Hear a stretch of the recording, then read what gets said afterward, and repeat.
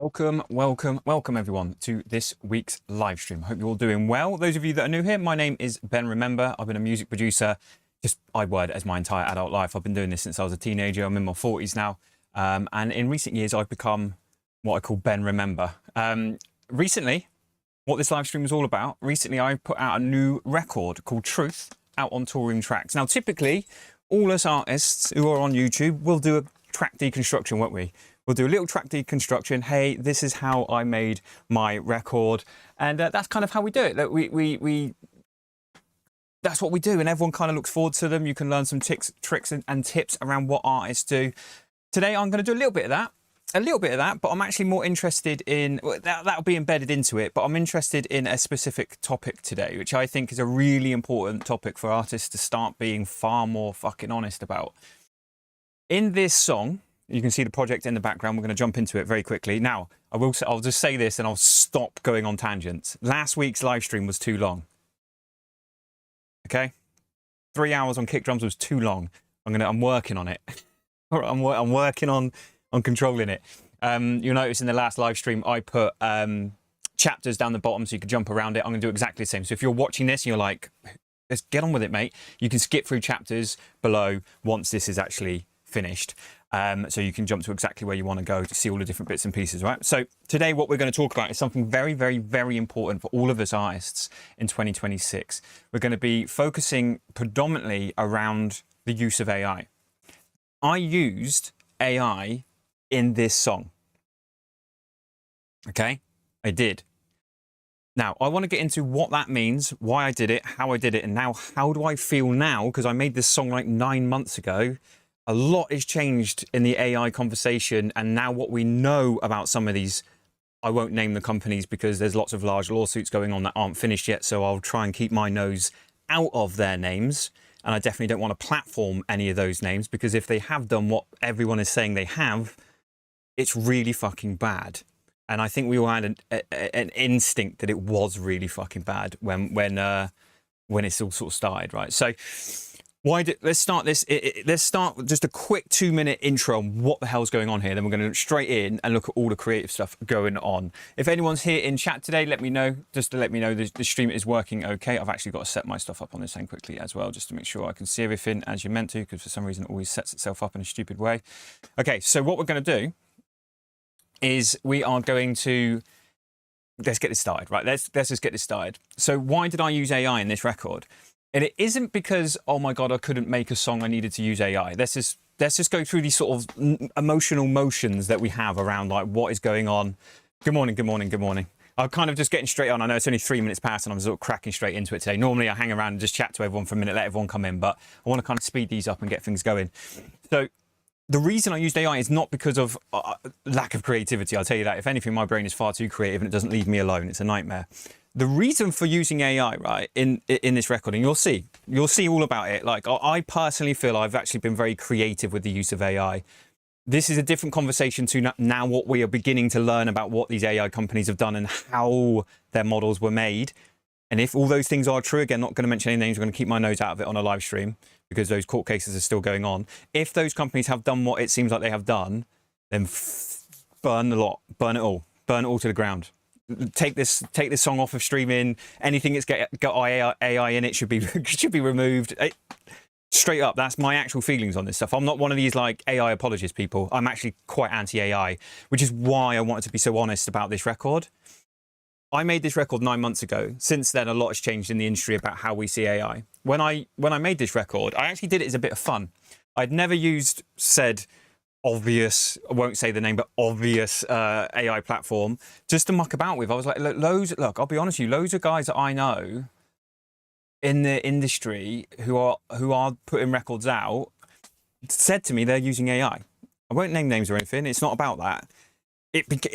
Last year in December, about November, December, when I made this record in 2025, it was very like, oh mate, if you don't actually start learning this stuff, you're going to fall behind. It was a lot of that in the industry, in the background. Honestly, there was.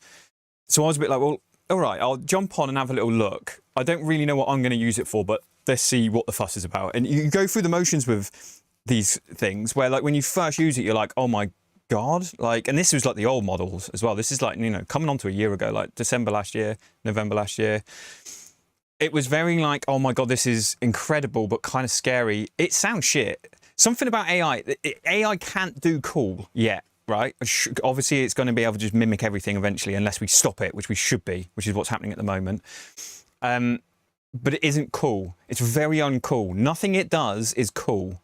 So I set myself a challenge of, rather than using AI in the traditional sense that everyone thinks of as using AI, I used AI as a sampling tool, not making samples.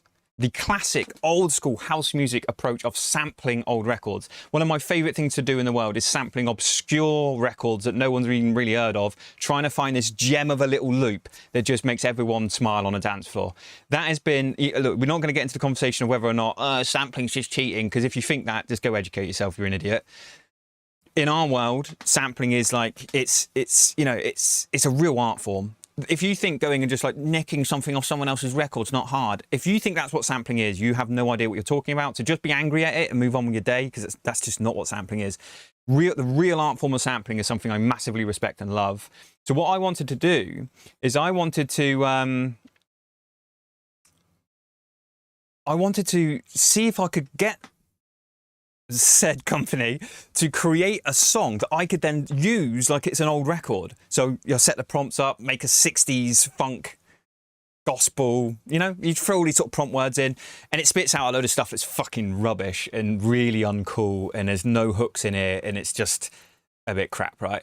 It's sure, oh my God, it's a really polished, finished song. It's also fucking shit, guys. Like, all right, whatever, but most of it is with these companies, with the AI thing. So what I did is I wrote the lyrics, and I've got a little funny Easter egg in this record where I wrote the lyrics and I changed a lyric to a specific word to show people that I'd written the lyrics and that it's like a bit of fun you can have with records. So there's an actual Easter egg inside of the vocal on this. Spoiler alert, the AI stuff in this song is the vocal, obviously. Yeah, I'll show you in a minute.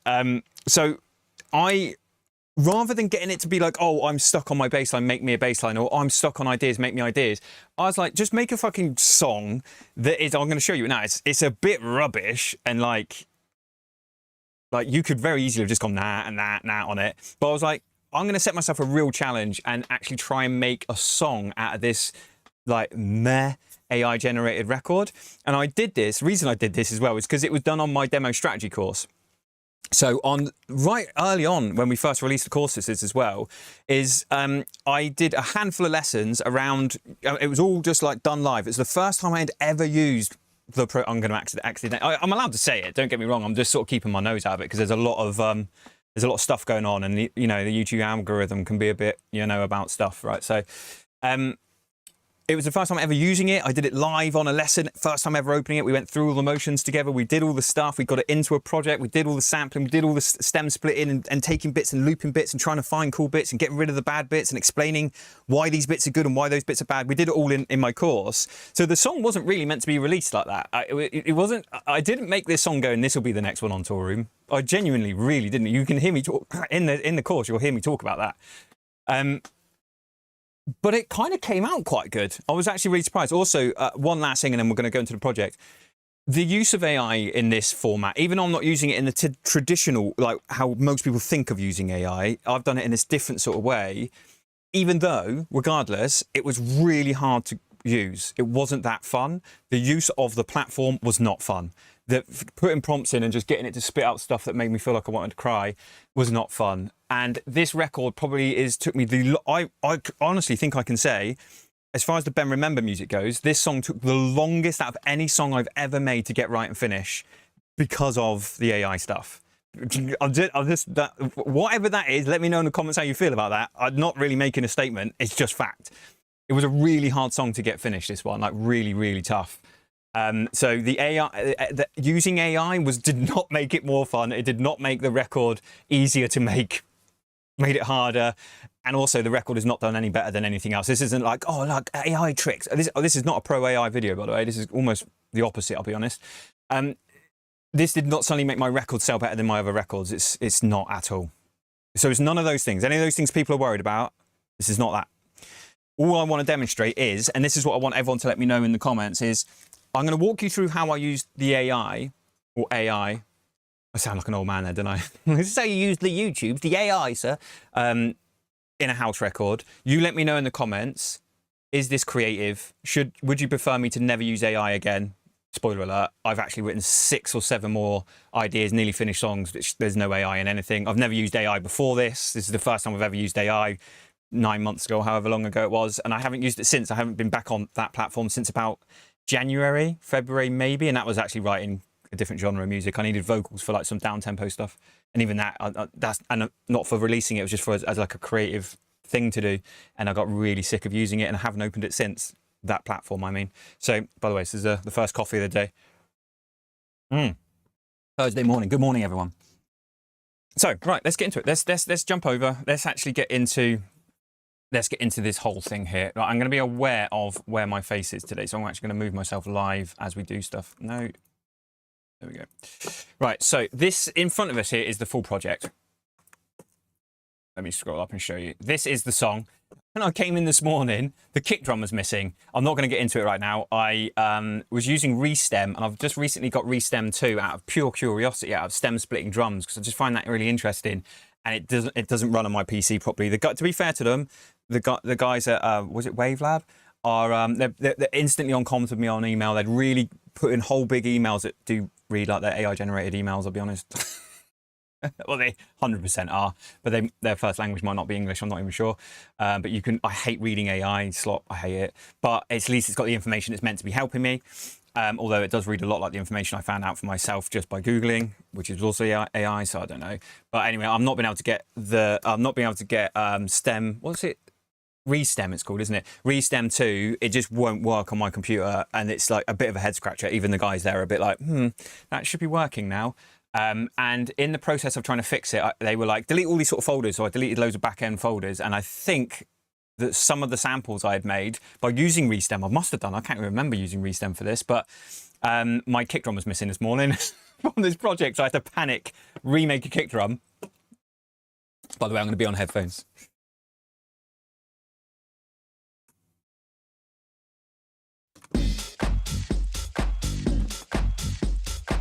Yeah, drum clone. We used drum clone on the last live stream. There's the last live stream was 3 hours on making kick drums. You'll see me use drum clone on there. I like it. It's good. It's good. It's good. I actually got a similar result, just as good if I'm honest, on a song I was working on yesterday, just using the filters in Simpler, if I'm perfectly honest. But yeah, no, drum clone's cool. But yeah, so I had to panic remake the kick drum this morning. Although I did a pretty good job. We did it 3 hours last week, guys. I'm not going to get into it. Do you know what I'm saying? I just used Metrum like I did on the live stream last week, and it's pretty good. That basically sounds like the kick drum from this record, right? That's not too far away from what we are doing with this song. Let me move my little face up here out of the way a sec. There we go, that's better, isn't it?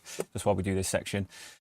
Right, so this is the project. This is it. This is the kick. This is the drums. This is the weird lasery hook sounds. This is some sort of drummy bits like snare builds, crash builds and stuff like that. Here's the bass line, very complicated bass line. This is all the vocals, all chopped up and stuff. And here's all the different effects and bits and pieces down here. It's actually quite simple. So drums, weird, the musical stuff in this record as far as Ben Remember stuff goes is like almost like lasery stuff rather than sort of stabs.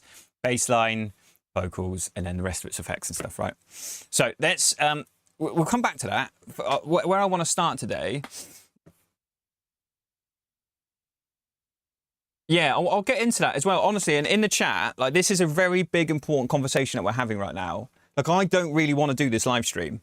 Doing a live stream about how you've used AI in your recent single is not something any artist wants to fucking do in 2026. Like, the hate for AI on my socials now, and from myself, is high. So for me to release a record and go, oh, by the way, I've got AI has actually sung the vocal on this and done some of the other little musical bits. You'll see all this. I've remade loads of it and stuff. But look, let's be honest about it. I think we need to be really, really honest about like what's going on, because not to get sidetracked, sorry, but it's so interesting to me that when I made this song, no excuses, by the way, my hands are up here. I'm just being fucking honest.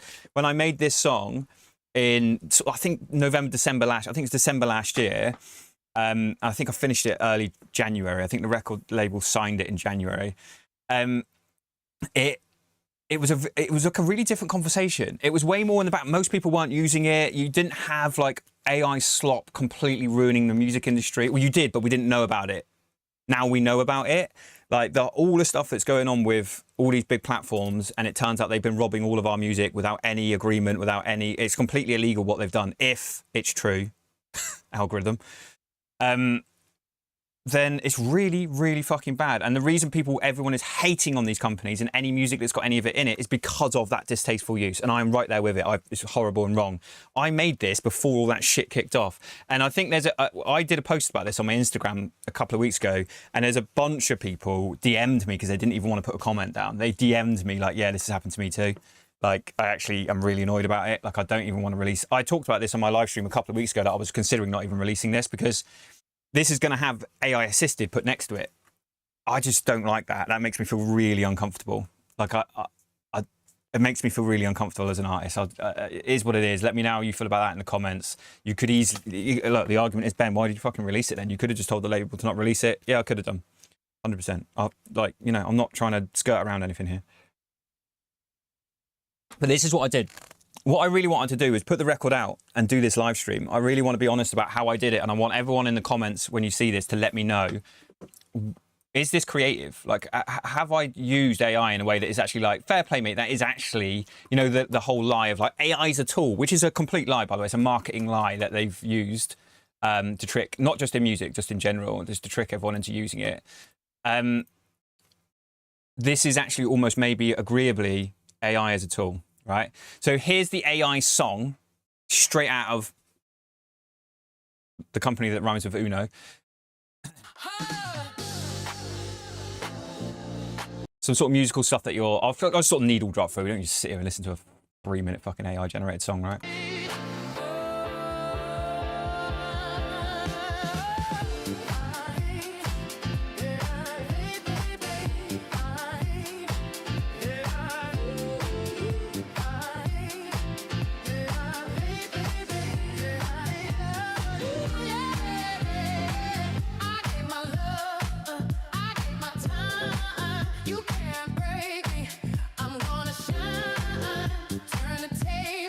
Right, okay, that's the song in it, and this is in the AI version. This is the main bit.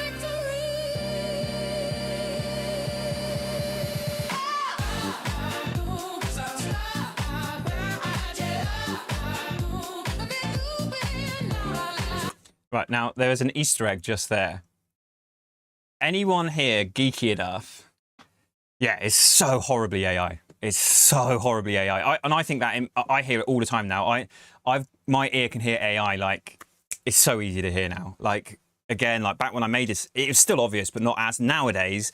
Everyone who's sending me like demos and stuff all the time, and like artists that I work with, I'm just hearing this AI vocal and I'm like, I don't want to tell them because it's not really my place to tell people not to use AI, but it sounds like AI and I just don't like it anymore. I really don't. I've really, like, when I hear that sound, that certain sound it's got, it's so like, oh, nah, mate. Again, not trying to, you know, not being on a pedestal about it. It's just how I feel. And that's what I want, you know, this is what I'm trying to be honest on this live stream. It's just how I feel about it right now. So that's the original song that it churned out, very horribly AI.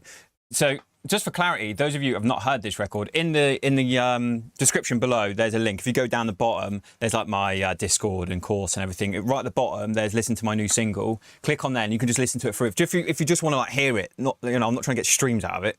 Trust me, we're not making any money there either. It's just so you can hear it. You might want to be like, oh, let's give me some proper context of listening to the full song then. But I don't want to sit here. I don't want to be that dude who makes an entire room of people listen to their song on a live stream. It's just the most awkward, cringe thing to do possible. So let's just listen to, I'll needle drop through my record without the other one soloed would be good. This is obviously the unmixed down version, by the way. You'll notice a bit of a difference between the released version and this version in the master and mix.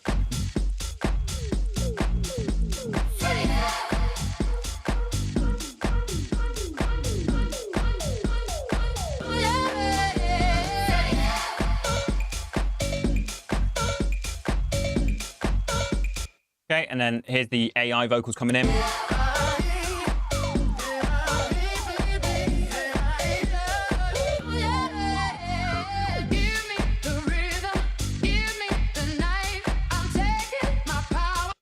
Now, this verse is, I I only used this verse.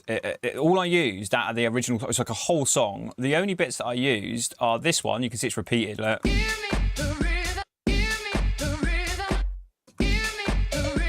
It's just copy pasted. It's literally the same one. I didn't use anything else from it as far as like, because it's got a whole chorus and verse and everything. Like I just thought all of it sounded shit. But I thought this bit sounded quite cool on top of my groove. Like when I was writing the record, I was just working in this little area here, and I was like, that's like a bit of a bounce. So quite that actually kind of works. Then this bit, which I nearly deleted from the record, and I feel like maybe I wish I had done now because this is a bit cheesy. It's that like weird, right? Does anyone know what I mean by this? There's this version of AI that sounds like somewhere between a girl's voice and a man's voice, and I can't quite make my mind up. And it's almost like it's a man's voice, but it was meant to be a woman's voice because the rest of the vocal's a woman's voice, but for some reason the AI decided to make it a man's voice, but the AI kind of got confused. It's like the same human being. It's like a human being that could do a really good imitation of a man or a woman. Like, do you know what I mean by that? It really stands out to me. But yeah, so there's that one there. And you can see what I've used as a kind of rule when you're songwriting. I've used that as, I'm trying to find my little pencil so I can draw, so it's nice and clear for everyone what I'm yammering on about. I'm just going to do that annoying thing where it doesn't work this week. Sorry, hang on 2 seconds. Let me fix this quickly. Come on. It does an annoying... you got to end it and then start it again. This is one of these Windows things, man. So you Mac users won't have to worry about things like this. This is a pure Windows hack. So this vocal sets up this vocal, which it does not in the original AI song. It doesn't work like that at all in the original AI song. It doesn't go there at all.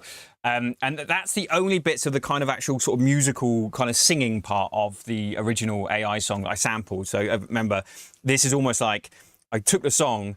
The only thing I suppose I did, which I have been doing recently with other records, like by sampling old obscure records, I am stem splitting them a little bit more now. There is definitely some inherent problems with that because a lot of time it doesn't sound great, especially when you stem split old records. There's, you know, they're not recorded in like 96K, are they? So yeah, I've been doing a lot of rebuilding of sounds. And that's what I want to show you next as well. A lot of like going, oh, that's quite a cool little lick, but I'm gonna have to remake that myself now on a piano, like that kind of stuff. So that was the rule. So that one goes there. It goes into this one. This one's got, it goes into the build. You can see I've like looped it. And then you'll see down here, and I'm going to show you all this in a second. It's going to be sort of clear about it. You see here, this bit. So, apologies, those zaps are very loud. So on the original AI stem split, you would have noticed this a minute ago. This bit just goes, it goes, but only for like 1 bar, then drops, where I just, very, very original Ben, but looped it up. Put a gate on it. Have I actually got all the plugins still on here? Yeah, I've got a tremolo.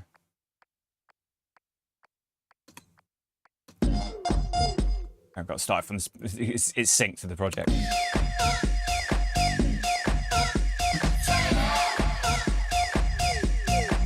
So you get that kind of pumping sort of thing out of it, which I just thought sounded quite cool. And then down here, we've got, this is a secondary vocal that goes with the main breakdown. It's the only place where there's a different vocal. And it was a bit where she sings in that breakdown style. No chains can hold me. I'm breaking free. The truth is my weapon. My victory.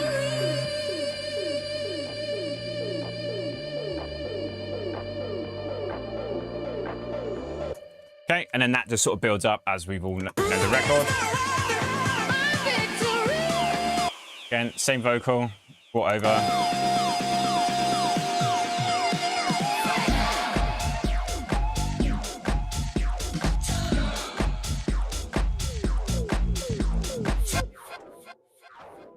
Then all these say yes and all these bits. In the original song, it doesn't do any of this stuff. In the original song, it just does that like once somewhere, and I think it's on the intro somewhere, and I chopped it and moved it around. So even like, again, just to be real clear about the use of it, it's not in the format of the original AI version at all. It's ended up being chopped up, most of it been put in the bin, and then the little bits I have used, I've ended up turning that into a more house music kind of loopy sort of way. That's the kind of basic, like, hey, that's how that worked. In the breakdown, I remade all the piano stuff here just for clarity, just to show you.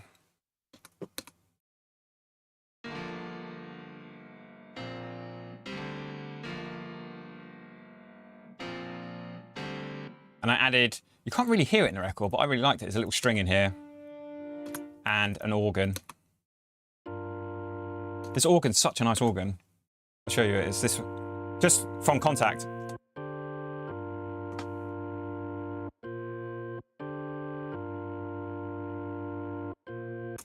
Now the other, which is all fine. Look, it's house music. I took a song, took the vocal, chopped it all up, only used a couple of bits, made loopy bits, made edited bits. It's house music 101. It's how you, whether you got that from Splice, whether you got it from sampling an old record, or nearly said it, AI company made it, whatever, wherever it came from in house music, my style is to always work it in this kind of way. It doesn't matter where the source was from. In fact, for me, using this AI generated song in this way, now I don't feel like this anymore because a lot, I'm going to have to keep qualifying this because it's really important. A lot has changed in our understanding of what's been going on with AI from when I made this record. I made this record in December last year.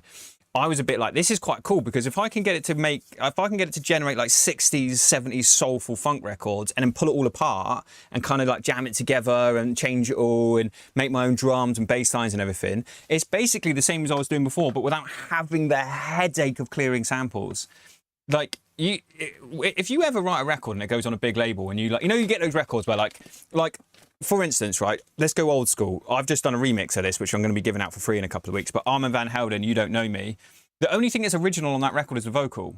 Everything's fucking sampled from other people's records. Like everything, the drums, everything. And it's really, it's not even pitched. It's literally, when you go, just Google it and you can go find it. I've done a whole lesson around how I made a remix of that and I rebuilt it from scratch. Like I went and sampled all the old samples to make my version.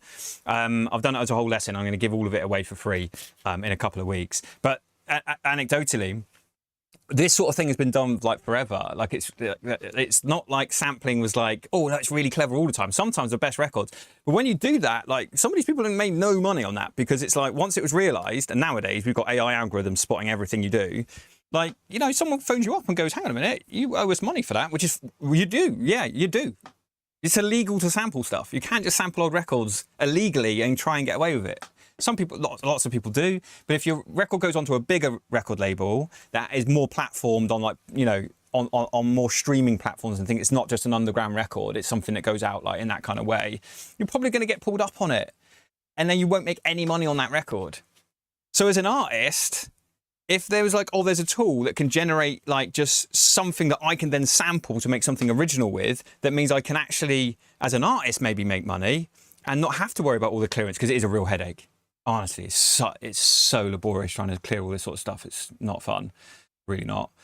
I was a bit like, December last year, I was like, that could be quite cool. That could be like a really interesting way of like doing sampling, like, and not having to do all the clearance stuff and not annoying someone because I've sampled their record. Like, like I could just sort of generate things that sort of is the sort of thing that is, hey, AI, make a smeary version of something that's sort of cool and I'll take it and refine it and make it into an actual good record.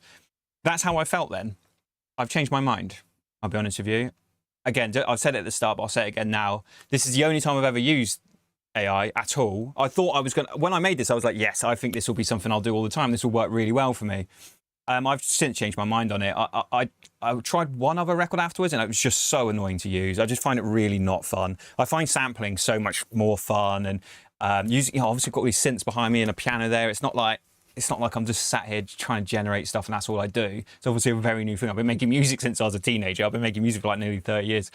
I've changed my tune on it though. Like, I don't find it fun. I hate how it sounds. I've just gone off it. And I think at the same, as I was going off it, I stopped using it entirely for any genre of music. Like I was playing around, not stuff I'm releasing. I do something called a creative holiday where I make random genres of music for fun. Never release any of it. I've got fucking folders of music that I really love that will never go out there. It's just stuff I enjoy doing. And I was using AI to make vocals for some of that stuff. It will never go out. It's never going to make any money or anything. It was just fun. But even that, I'm like, I almost feel like I put AI on top of something that I loved and it makes me feel really it makes me feel really like about it now. It's interesting how much my emotions have changed around what AI is and how it feels as an artist. It's begun to feel very horrible to me in the use of it. And then obviously at the same time, over the last couple of months, a lot has come out around these AI platforms and maybe the misuse of how they've been making this stuff, which is really bad. It's like it should hopefully be the nail in the coffin of it, and we can all go back to making music properly.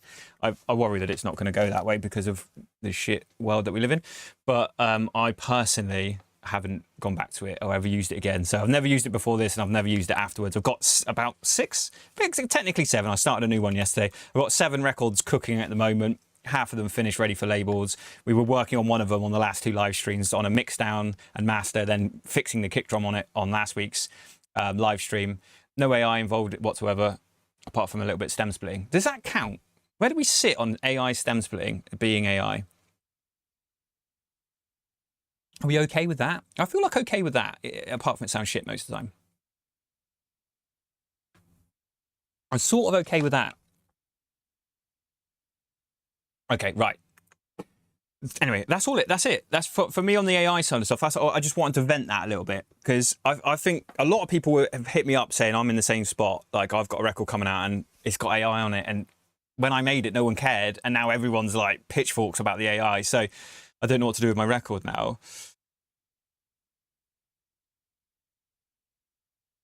Yeah, that's it, mate. Yeah, take one record. Yeah, no, I agree, dude. It was always sus as fuck, wasn't it? Like when I first started using it, the way it sounded, I was like, this is clearly mimicking certain people. Like some of the vocal stuff, I was like, this is so obviously fucking... Like if you get it to do like a 60s soul record, it sounds straight up James Brown. Like not just in his vocal, it's like the drums and like the setups and the kind of like the crowd noises in the background that it will put on and stuff. It's so clearly robbed off YouTube, I would imagine. Don't know. But I'd imagine robbed off YouTube from live performances of stuff. Like it was like, you're kind of like, nah, it couldn't have done.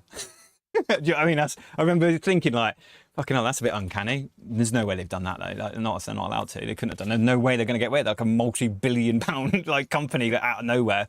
They can't be getting away with that. And it turns out maybe they were trying to get away with that. And again, so this is now in August 2026.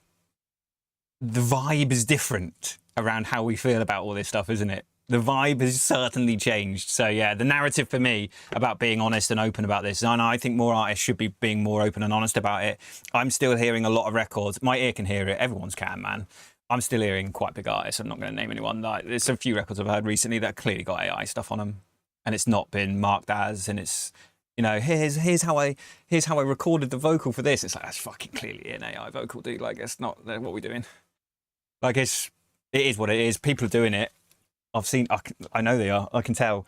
So I wanted to go the other way and just be really fucking honest. And if it means I get a bit of hate for it, a bit of pushback on it because I've used AI on a record, so be it. But like I said, never done it before. Probably never going to do it again, I'll be honest. Cool. Right. Now, so that's all the AI stuff. Now, what I wanted to do is open the floor a little bit to you guys. Have you got any questions about this record? And, you know, if you're a bit like, fucking, can we just not talk about AI? I'm so sick. Because I don't know if you guys are the same. My Instagram is literally all it is. Every single post is another lawyer saying that they're suing some other company. Or like some, like, you know, some movement has happened in the court cases that are going on against these multiple AI companies. It's all I see at the moment. Which is good. It's great. Which is good news, by the way. Like, fucking hell. I was really worried that human beings were just going to lie down. I was really worried that us artists were just going to lie down and let it happen. And just to see the pushback we've seen in the last couple of months is actually like really quite nice to see. It's actually like, oh, humanity, well done.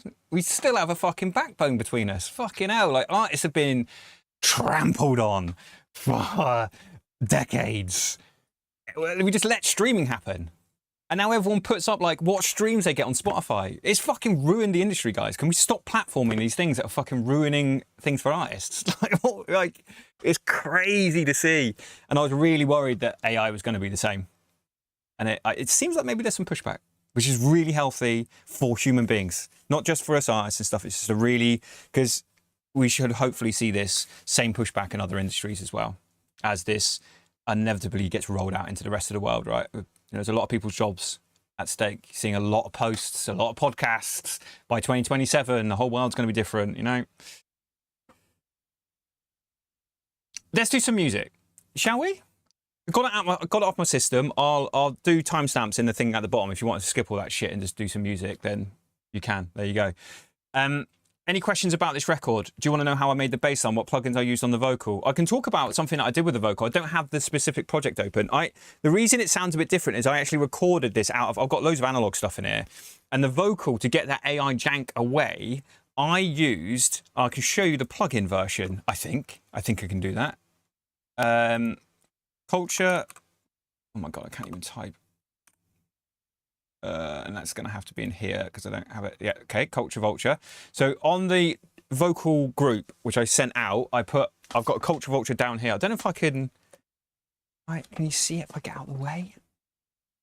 There, look. There he is. I think if I can turn it on... I can't even find the on switch. No, the light. Oh, you can sort of see the light. It went into a Culture Vulture. Now, the reason for going into the Culture Vulture on it was to try and calm down. Let me move my little face out of the way on here. You can go down here now, Ben. Is to, on the analog version of this, the analog one does sound a lot better and different to the plugin version, I will say that. The Culture Vulture is one of my original plugins I fell in love with. My early Ben Remember music had this a lot on the drum bass and vocals and things like that. On the analog one, I really like using the high shelf of rolling off. I did this right the way down to 6K on this vocal. Let's find a bit of vocal. God, that's horrible. Stop.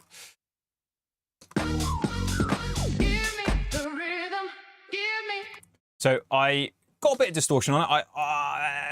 By memory, yeah, I used T, didn't I? Is it still set? Yeah, it's actually still there from when I did it, to be honest. I haven't used it since. It's on T, on 6. Give me the rhythm, give me. And then pushed up to it goes in. Give me the rhythm, give me the night. I'm taking my power, I'm taking. So what my thought process was to actually try and shave off the horrible AI jank stuff, shave all that away in here, so then the tubes are warming up the mid-range. But obviously that then sounds very flat in the mix. So I used an EQ that's here, you won't be able to see, and I don't really want to make you all seasick by moving the camera. I've got a Clairphonic EQ here by Kush Audio, UBK. There's actually a plug-in version of this. There is actually a plug-in version of it, which I haven't used, so I can't speak to it, but I have heard a lot of people say it's pretty damn good. It does sound a lot like the hardware. So what this EQ is it's a, see what? Let me find a picture of it. How do you spell that? That's a mental word. Phonic EQ. Image. Here we go.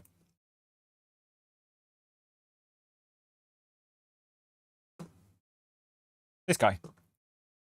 So this is the EQ that I used after the, oh, excuse me. Here we go. This is the EQ that I used after.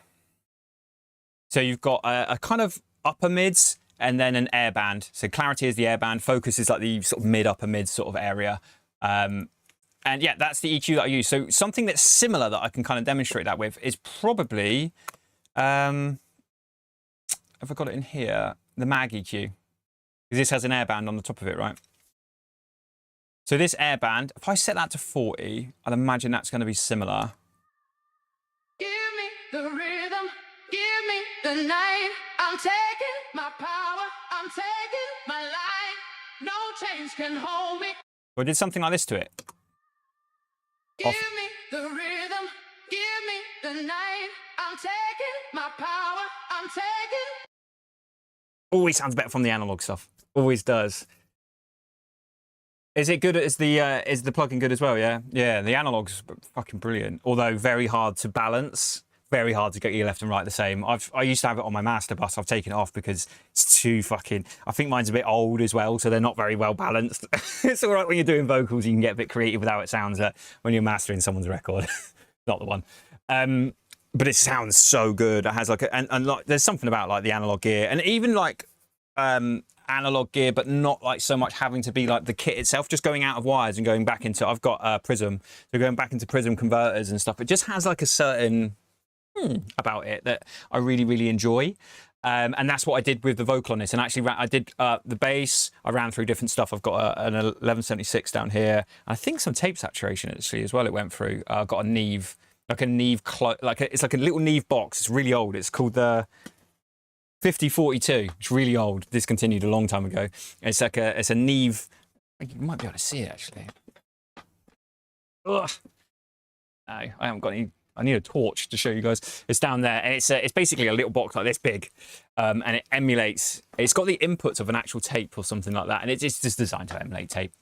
The bassline went through that. The drums all went through a Magic Bullet Silver, the Silver Bullet number 2, Silver Bullet 2. As well as the Buzz Audio SOC 20. In fact, everything went through the SOC 20 at some point because it's my favorite compressor. It sounds amazing. But yeah, that's something that's why it sort of sounds a bit different to what you're used to hearing. Also, for complete clarity, it's worth saying, I actually got Toolroom's, one of their engineers, Andy at AMPM. Shout out to Andy at AMPM. If you see this dude, you won't, but shout out. AMPM is a mastering service that Toolroom have used for many, many, many, many, many years, ever since I've been releasing music with them. Andy at AMPM has always mastered my stuff for me because he's just got that continuity of like the Toolroom sound, which is really, really important to have when you're a record label. In recent years, Toolroom have actually gotten even more heavy-handed with making sure everything's got that sound by getting him to mix down, and someone else. They've got an in-house engineer as well to make sure things have that Toolroom sound to it. I will almost always mix and master my own, especially mix my own music. I let them master it. There has been 1 or 2 records where even myself and Andy preferred my master, and we released that. I think once that definitely happened. But yeah, anyway, I know him well enough like that I have those kind of conversations with him, and he's amazing. He's an amazing engineer. He'll come back and be like, "Oh mate, can you just like turn like 1.5K down by like 1/2 a dB on the vocal and stuff?" Like he'll go real minutiae with like feedback for you before he does the master. It's really good. You learn a lot from people like that.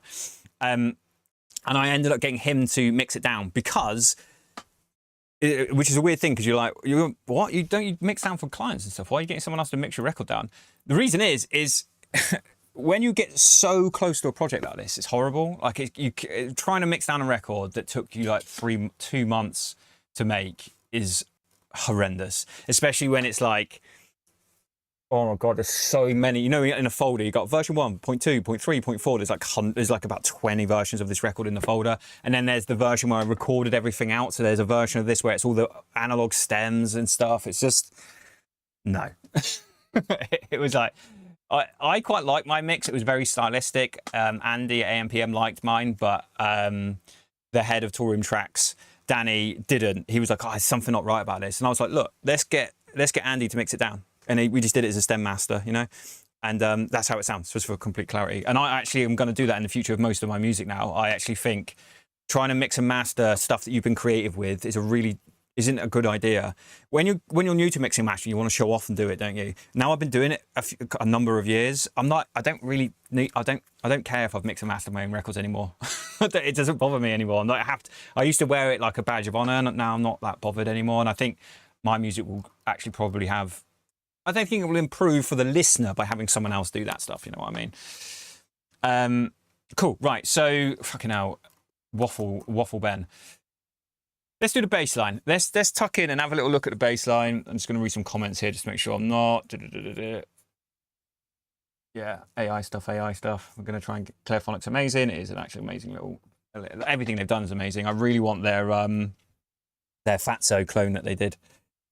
But they discontinued it, so you've got to try and find one on eBay, and they're about $5,000 and probably broken, so I haven't got one. Do you know what I mean? But I really want one. Right, the bass line. I did a video on YouTube about this, but we can go in a little bit deeper because it's just like a little 3-minute video where I just ran through it really quickly. So the bass line is actually a collection of lots of different stuff, even though it comes across as one unique thing. So this is an AF music loop, which is a sample pack. I can't remember what AF is now. But it's just a sample. It's just a straight up sample. If I undo everything, 0, turn everything off.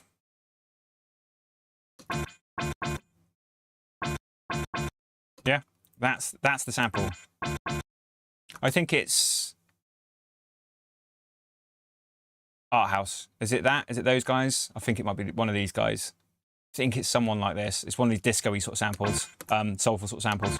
Okay, if I go, sorry, I'm being idiot, aren't I? Just do this. This is the sample.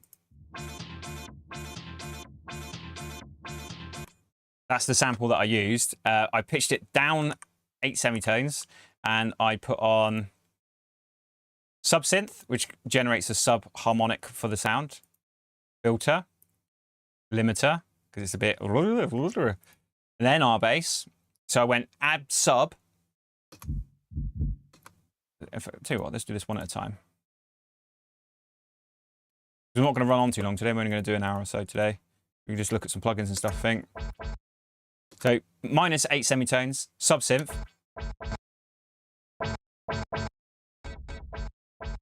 Mono, sub-harmonics, then a filter. But I think we actually tuned that down on the final version because it obviously sounds a bit distorted. Is it distorted on the output? That's what you've always got to watch. You're all right. This is the volume in these headphones, I think. And then it came down here. I really like the combination of this. These three here, especially these two. This combination works really well. So I use this guy to create the sub-subs. Then it typically needs some kind of compression or limiting. Then I use R bass to, this is quite low actually for this sound. Sometimes on other sounds, you'll see this a lot in my videos and stuff. I'll go up to, even up to like 200 or something, and it adds all that weight, that kind of low end sort of like heaviness from samples that just don't have it. And because you've generated the sub first, that interacts with this to help kind of like warm up the kind of 80 to 100 sort of area really nicely. It works a treat. And typically you might need, especially on this sort of sample, something in the middle just to tame the dynamics a little bit, right? Then we're a little bit of EQ. A little bit of EQ, what on earth? That's just making sure there's no clicks and pops, right? And then in the mix to the ear, it just needed to have it kind of poke out in this, especially on smaller speakers. You've got a rumbly, weird low end sound like this, but you've got a kind of record that might be played on radio and out of phone speakers. You know, it's a bit of a summery sort of record. Then I always sort of tend to boost up around sort of like 300, 400, 500 to help something like this, the tonality of it, just poke out of smaller speakers. You can see here I've got a pair of mix cubes which I use to just sort of dial that in a lot of the time, and also going out. You can't ever go wrong going out your phone speakers, man. Just like my phone, like the phone speaker test is like the new school car test, right? And I fucking swear by it. I almost trust it more than this room sometimes. Bit of reverb. This is an interesting one.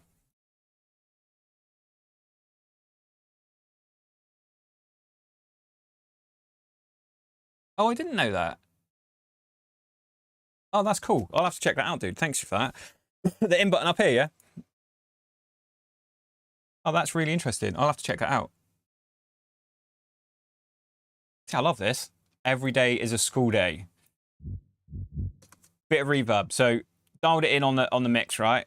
Very tight space. I think the width should have been narrower, if I'm honest, hearing it today. I've got headphones on there.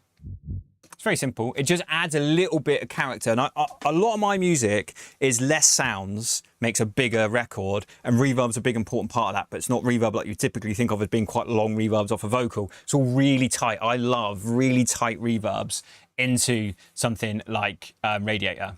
So a tight reverb, I've talked about this many times, so sorry for those of you that are like, yes, all right, Ben, we know you like a tight reverb into saturation. We know. You've said it enough times, but I do. It's something I'll do on every record, every sound. If I'm adding a tight reverb to anything and I want it to be done stylistically so the listener can really go like, oh, that feels like kind of interesting, that's the trick. Saturation after the tight reverb will pull the tighter reverbs, which can very easily get lost in a mix, can't they? They just disappear in a mix. Saturation afterwards will help pull those up, almost acts like a compressor in a way where it allows the quieter reverb sounds to come up. But because of the saturation, it puts it into the stereo imaging better. It just adds a little bit of vibe to it. It's just fucking cool, to be honest with you. It works really, really well. Yeah, it's a very cool trick. I massively recommend trying it. Not just on Basslines, on everything. I do it on a lot of stuff like that. The next sound, very simple. It's just that little plod. And this is a very Ben Remember thing. Doom, doom. It's just a sample. It's just me hot swapping through samples. What's that? Is that the same sample? Yeah. It's the same sample. I've just used a different bit of it and filtered it differently. I don't remember doing that. Nah, that's not the same sample. Sorry, I keep pressing the wrong button. So, from Angelo Ferrari, Funky House Grooves. This is a good sample pack, that. One of his bass lines. And I've pitched it down 18 semitones. Aren't you worried about phase and bassline sounding weird? I do worry about it, but I don't let it stop me. And a bit of LFO. That's it, look. That's all I did. Doom, doom. It's just... this is what I play around with, this sort of stuff a lot with my music. I've got a couple of records I'm working on at the moment that are just so obscure. How they're made is so weird. Now, the big one is as you might have seen on the video that I posted on my it's the first like little videos. I posted a bunch of like 2-3 minute long videos this week on this stuff. But it's this part of the bass line is a trick I've done for a few years. To what you hear that click and pop. That's actually funny. I didn't fix it on the I didn't fix that either on the actual version. This should have been pulled in. So this is a vocal. What's happening is it's clipping. You hear it there? That genuinely isn't fixed on the final version of the record. I'm going to do it now. This is a vocal. Again, if we go in browser. For everyone around the globe in love with house with a lot of soul. Is that soul? Pitch down 12 semitones. Tight reverb.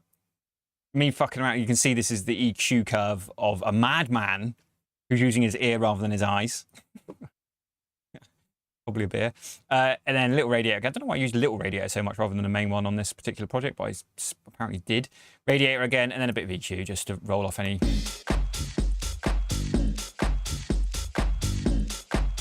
And I love that. I think that's such a cool trick. It's such a cool sound that you don't instantly think vocal unless you really try and laser in and dial into this. Now, the other really cool thing about the bass line is this is where there's a little bit of the AI stuff. You can see here where I've remade the AI with Modo bass. I don't know if you've seen this. I've talked about it a few times. If you make funky stuff, this is really good. It's a really good bass guitar sampler. So it's actually sampled bass guitars. So it's not, you can't, the only thing about it is because it genuinely, they've done it like that, you actually don't get to like play really deep or really high. It's like each guitar is slightly different and it's true to the actual bass guitar. So it's a bit restricting in what you're so used to in the modern world now where you can like take a sound that has no fucking need to be right up this high or right down that low on the scale, but you can because it's the future and this is how computers work. They've not done it like that. They've kept it kind of like very sort of respectful, I suppose, of the actual instrument, but it's got a bunch of different guitars in here and they do sound different and there is different tones and you can go in and do different things to the strings and the play style. You can have picks, slaps, fingers, blah, blah, blah, blah, blah. It's fucking cool. I use it a lot now as a layer. Like I'm making a lot of stuff where I'm like stem separating, like samples I'm doing, and I'll remake the bass line with that, and add a bunch of plugins as you can see. So you're going to see a very similar sort of running thing. Those of you that was here last week, you'll know this is my favorite tape saturation for a lot of stuff. It adds a real nice weight to everything. Subsynth, compression in the form of an LA2A this time. More limiting. Bit of EQ. Did we actually use, maybe we didn't. R-bass is here, but I turned it off. Look. So I was using R-bass at one point, but found it was too much.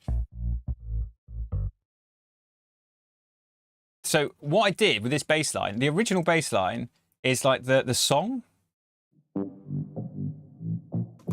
a load of plugins on it. I'll turn all this off. You can hear that AI jank coming through nicely there. You see I use Melodyne there to get the notes. Cut. Oh, this project's running a bit slow. Apologies, hang on. Just so I can turn them all off and on, right?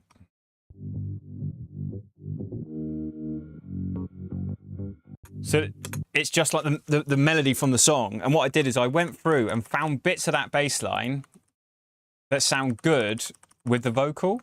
But rather than just letting it play out, I only used bits of it. So you've got like these little hooks at the end. which aren't where they were in the AI thing. They're in a completely different place. I just sort of took bits that I thought sounded cool, and then they harmonize nicely with the little vocal interjections that happen. So you get this really nice sort of play between like the Ben Remember sound, the original, because this is what I would do if I was sampling an old record. Straight up, that's what I would have, because what I really wanted to do was get the Ben Remember dung, dung, dung, dung thing that I always do. And then you've got the melody of the vocal and the piano and stuff like we saw earlier, but they don't meld together very well. It would sound like one of those records. It's like, you know, those old like early 2000s record where it'd be like some like melody on the breakdown and just drop to something completely different, like a house record or something. I didn't want to do that. I wanted to kind of fuse those two worlds together as an experiment. Like I said at the start, when I made this, I was all about experimentation with is it possible to sample an AI song to make a record? It was the experimentation we did to make this. That's what I really wanted to do. I really wanted to force myself. This is one of the things that took fucking ages to get right. This is really hard to get right. To get like bits of the melody of the bass line in, and then get the vocal to harmonize with it, but to get that to kind of loop round with my stuff. If we listen to it all together.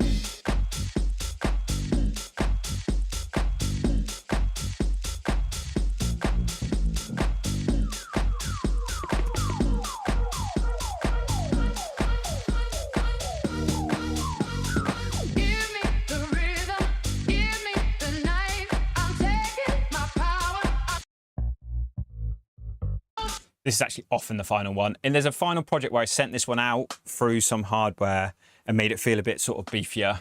And I think maybe it got left on but tucked down underneath it, just because it was that rigid. It kind of like glued it together a little bit. The MIDI note version feels a bit MIDI note version. So I think I ended up blending them a little bit, but rather than the AI being like this, I sort of ended up like this. And it was like off and on. And I was like, well, it makes a tiny bit of difference.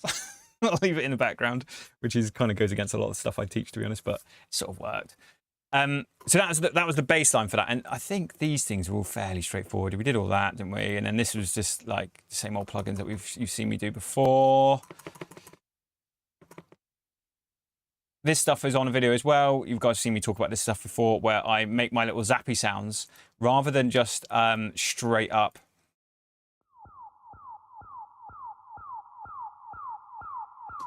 Okay, and then this one.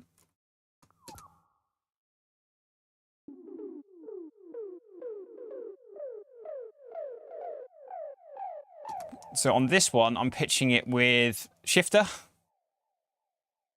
And then on this one, I'm pitching it on, where's the one that I pitched? Well, I think it's actually, I might have accidentally turned it off when I was doing the videos the other day.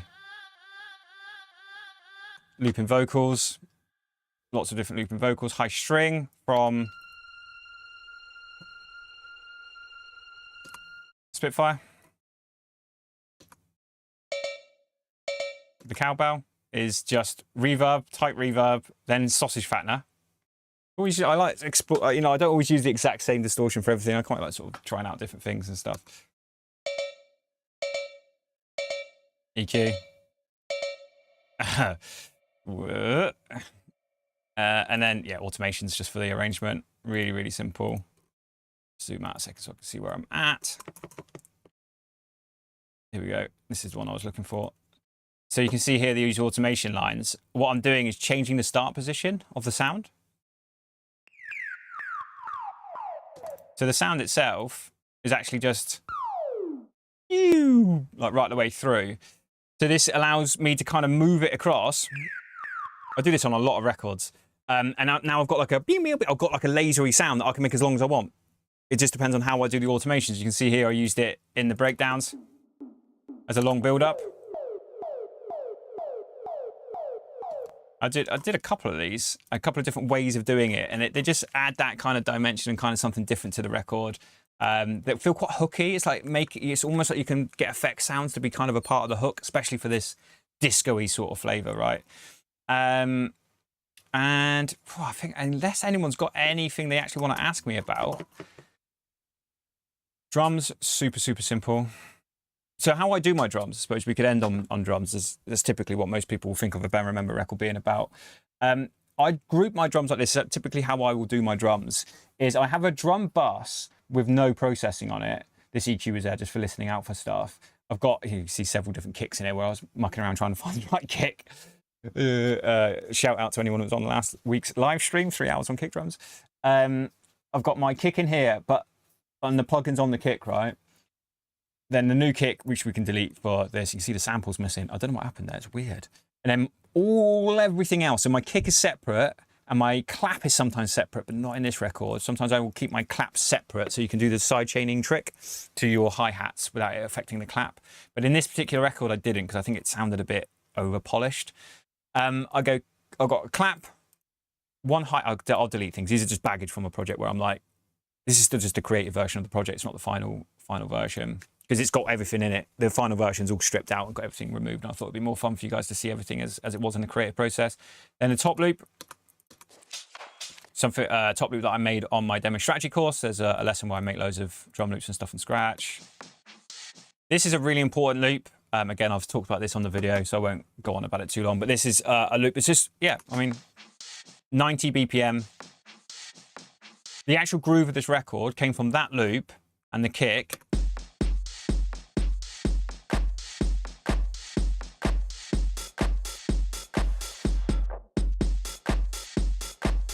That set up the whole song. The bass line being the do, all that groove and everything all came from that. That was the first thing that I made for this record with these drums like that. Before it was even the AI stuff at all. I actually just made like a loop and everything first, right?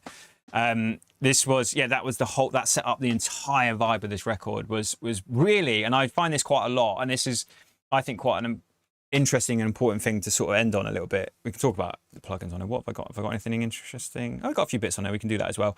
But I personally, and as soon as we finish this live stream, I'm jumping straight onto another project that I'm working on off stream. And that project is very much born from the same ideology as this as far as the groove goes, where I will find like one very stylistic off the beaten path like loop from somewhere, whether it's an aim in this other record, it's an aim and break, but it's all like really slow. It's like a weird slow aim and break. Very interesting. Really love all that kind of not what you would think of using sort of stuff. And a good kick drum, a good clap, a good open hi-hat. So the trifecta, kick, clap and open hi-hat, they have to speak to the style of music you're making.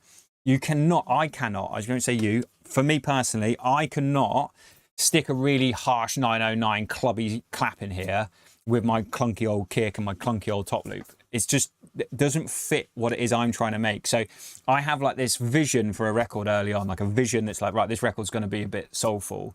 So I go and find like a soulful top loop, like from a soulful sample pack or sampling an old soul record. And I have a kick, a clap and an open hi-hat and one loop. And that inspires everything. Everything is inspired from there. So there's this deep continuity as an artist on everything that happens from there is because of the original vision. Those original sounds set up that vision so well that I do not deviate from the vision. I think sometimes when we deviate from a vision, we've all done it. We're going through samples and we find something cool on Splice and we go like, oh yeah, fuck it, I'm gonna make a piano house record now because I found a good piano house sample, right? We've all been there. Or even more subtle than that, right? You just find a bass line that's cool, but it's not quite what I was thinking of, but I kind of like, you know, that shit? Well, you'll do it. For me, that happens because that you don't have a clear vision, which is fine. Not everyone has a vision at the start of a record. That's something I've learned to do later in my journey. I've been doing this nearly 30 years. That's a later game thing for me. I used to just like sit and noodle around and sometimes the records would be good and sometimes they wouldn't. You know, that was it. Nowadays, I'm different. My time is, I have very restricted time for my own music, so I need to go in and get the job done. Otherwise, nothing gets made. That's why you don't see much music from me. So when I do sit down, it has to work. So everything, like, you know, like I said, we made this song, it was the first song we made on my course. It's the first song, first one that got signed. So the first thing we did, it got signed. And it's from having that vision. So it's very, very, very important for me that otherwise things will wander off. If that vision isn't really right in just that top loop speaks to it, you know, that's how obsessive I am about this stuff. That's how, for me, how important that sort of stuff is. If I get that right, it feels so good. I don't want to then get in a bass line. It's a cool bass line, but it isn't going to fit that. So then it's gone. You know what I mean? And it's easier said than done for sure. That kind of stuff.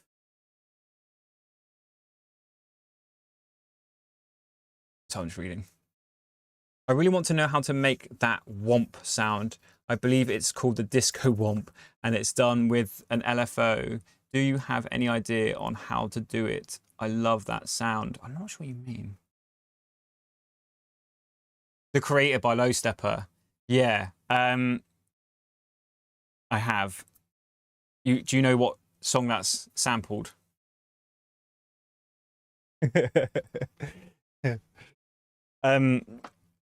So there was that sound that everyone was doing. Everyone stopped doing it now. Last year on Tour Room, there was a specific sound that every fucking record had, and now everyone's absolutely sick of it. And I think that's the sound you're talking about. You can get it out as a lot of people sampled it off old records. It's an old sound. It's not a new sound. It's an old sound. It's a sound from the early 2000s. If you Google it, there's someone, like probably Sam Smears, known Sam, has done a video on how to do it with Serum, I think. I've definitely seen someone talk about how to do it on Serum. I've done it in the past on Operator, although it's been like a year since I've made it, so I don't know if I want to make myself look stupid by not remembering on stream.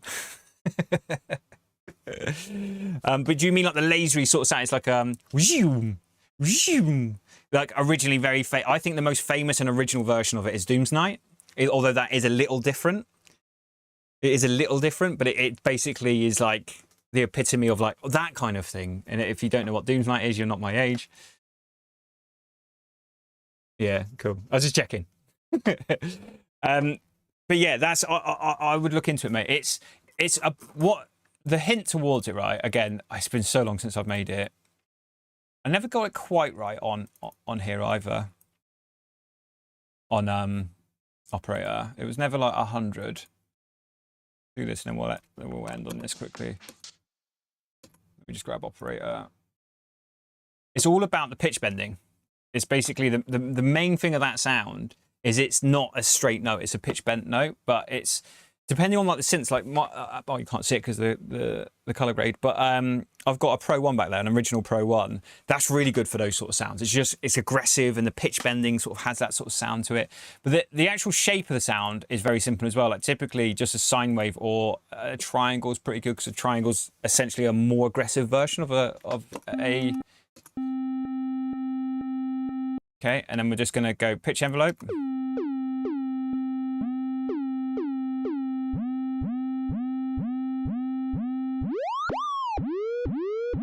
Right, and then you can kind of really dial that in like to where you want it to be.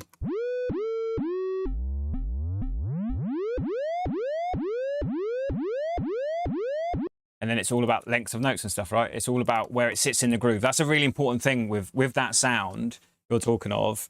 If you hear it, if you go, right, out of...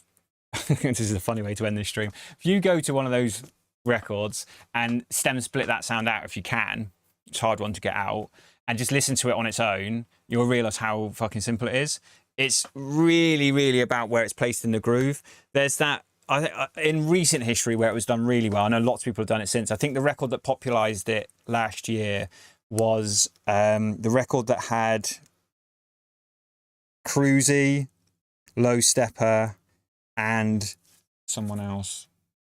Hang on, I'm going to find this off stream. Sorry for the other person.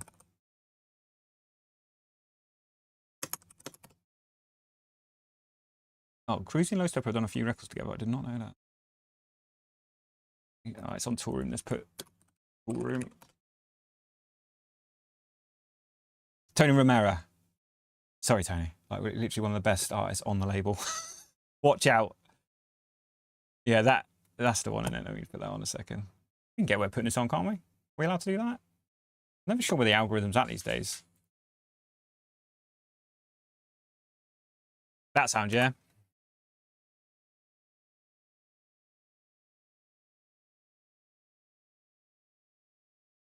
Is that the one you mean? What? That, yeah, is basically made like this. But then you have to be a little bit more mindful about what's going on. So it's going to go back down, right? You can hear it kind of goes up.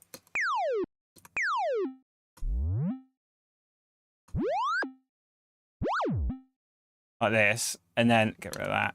Then it's all about shaping the envelope, saturation, adding layers to it. But that's basically the premise of that sound, is it's whew, whew, and it's all about that pitch bendingness that really gives it that energy. Getting the exact sound. I'm not sure how it like if you like took that song and went, Ben, how do you engineer? Oh, no sound on the YouTube. I wonder why. Oh well, go check, go listen to that record. You'll hear the one. I don't know why is that not working. Oh, I know. I have to go like this for YouTube, don't I? Oh, it's really fun having so many outputs. Right, hang on, does that, let me have a look. I should be able to see this on. Yeah, okay, there you go.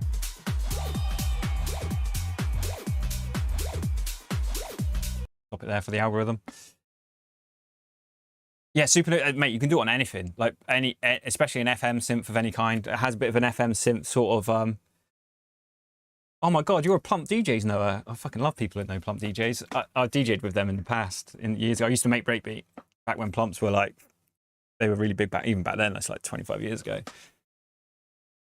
You don't see people say Plump DJs very often these days. They're legends.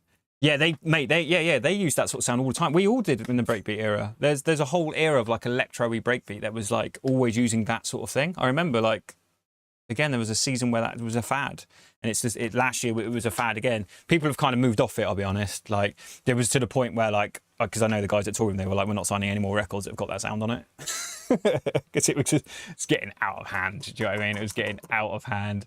But yeah, it's all about the pitch bend, mate. So there's lots of different synths you can make that on. Lots and lots of different synths you can make that on. I'm showing you on Operator because Operator is like really nice and obvious to. You're the same age, dude. Yeah, fair enough, mate. Fucking. So, yeah, but not everyone liked Breakbeat, did they? Do you know what I mean? Breakbeat's never had its time to shine. It's a real shame. I really wish Breakbeat would come through and have its moment of being the big thing. It's like the Beatport Top 10 is all Breakbeat. Imagine that. It never got it. Even back then we used to say it. Even back then it was like, oh, Breakbeat's never had its time. And it's just fucking nearly 20 odd years later, it's still the same. Yeah, it was a wicked era, mate. Yeah, I used to play the Breaks Pole and stuff up in London and Fabric and that. I used to DJ at that, and yeah, I used to play out in Spain all the time. I used to DJ every weekend. I used to release breaks under the name Deranged. Look it up. It's what we would call tear out back in the day. D/ranged. Awesome. Right, I think we'll end the live stream now as far as the music production stuff goes. Really, it was about the first half of here today. I just wanted to. I just thought it's important for an artist to be honest about this stuff, right? In the climate that we're in at the moment with AI and house music and just music in general. I think I've made my point pretty clear across this live stream how I actually feel, especially as someone who has a song that has AI in it. Hopefully you agree that I think the way I've used it is creative. Although, to be honest, I don't think you'll hear another song from me with AI in it. Although, hold my hands up, I might be wrong. Maybe there's something changes. Maybe like an ethical AI model gets made in a couple of years' time or next year or something, and it doesn't rob people's music, or it does use other people's, but all those people get paid like really good royalties for the AI model being used. Whatever the fuck it is that we fucking figure out as a community. Whatever gets figured out, it won't be for the good of artists, will it? Let's be fucking honest. It won't. The record labels might get a couple of quid, but we're all going to be scrabbling around here, still talking about streams as if it's money. But my current feeling since making this record sort of 9 odd months ago, 10 months ago, a lot has changed in that time, and a lot has come out about AI that has raised our worst fears that it isn't ethical and hasn't been used ethically. They gave us a tool, they've lied to us about it, right? When you sign up to these platforms, they don't tell you any of this stuff. They kept it all hidden.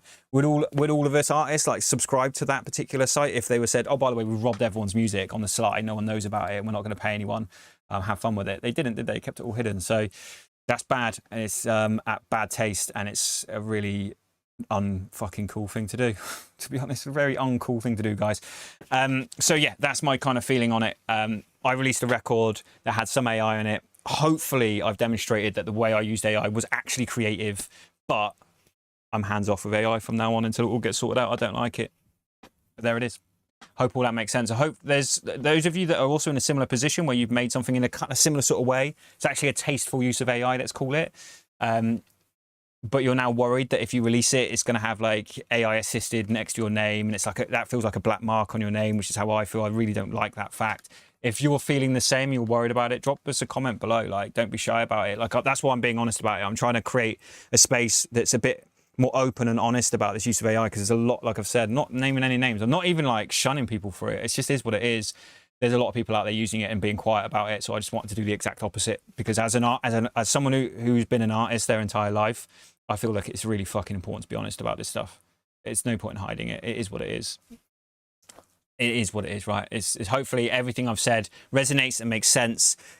Please, if you've got any questions, if you're watching this off stream as well and you've got questions, just drop them in the comments below, man. I'll be happy to get into discussions about this. And don't feel like, even if you feel like, nah, Ben, I don't think you should ever use AI again. I don't even like the fact you've used AI on this. Let me know. It's important. We need to have these kind of conversations. I'm just a dude out here making music. Let me know. Let me know how everyone feels about it. Do you know what I mean? I think it's really, genuinely, I think this is the most important thing we can all do right now. It's we are in a tornado of change. A tornado of change, and no one knows how they feel, really. Everyone's either pitchforks or kind of quietly using it. I just think everyone's so confused about what it really means, what it means for the future. You've got one side, it's like social media is like pitchforks, everyone hates AI. The other side is like the whole industry is like, yeah, but like everyone else is using it, so if you don't use it, you're going to get left behind. That's a real sentiment at the moment as well. It's just really horrible. And as an artist, you're caught in the middle of all of that. And you know, yeah, it's really, really tough. And I think a lot of people are feeling that at the moment. It's quite a scary time. So hopefully this sheds some light on some behind the scenes of like an artist and how I feel about it and what's gone on with me. And what, you know, like I said, I've made sort of 6 or 7 songs since this, and there's zero AI involved. So yeah, you know, that can be a kind of telling thing about how I actually feel about it without me having to get on my soapbox too much.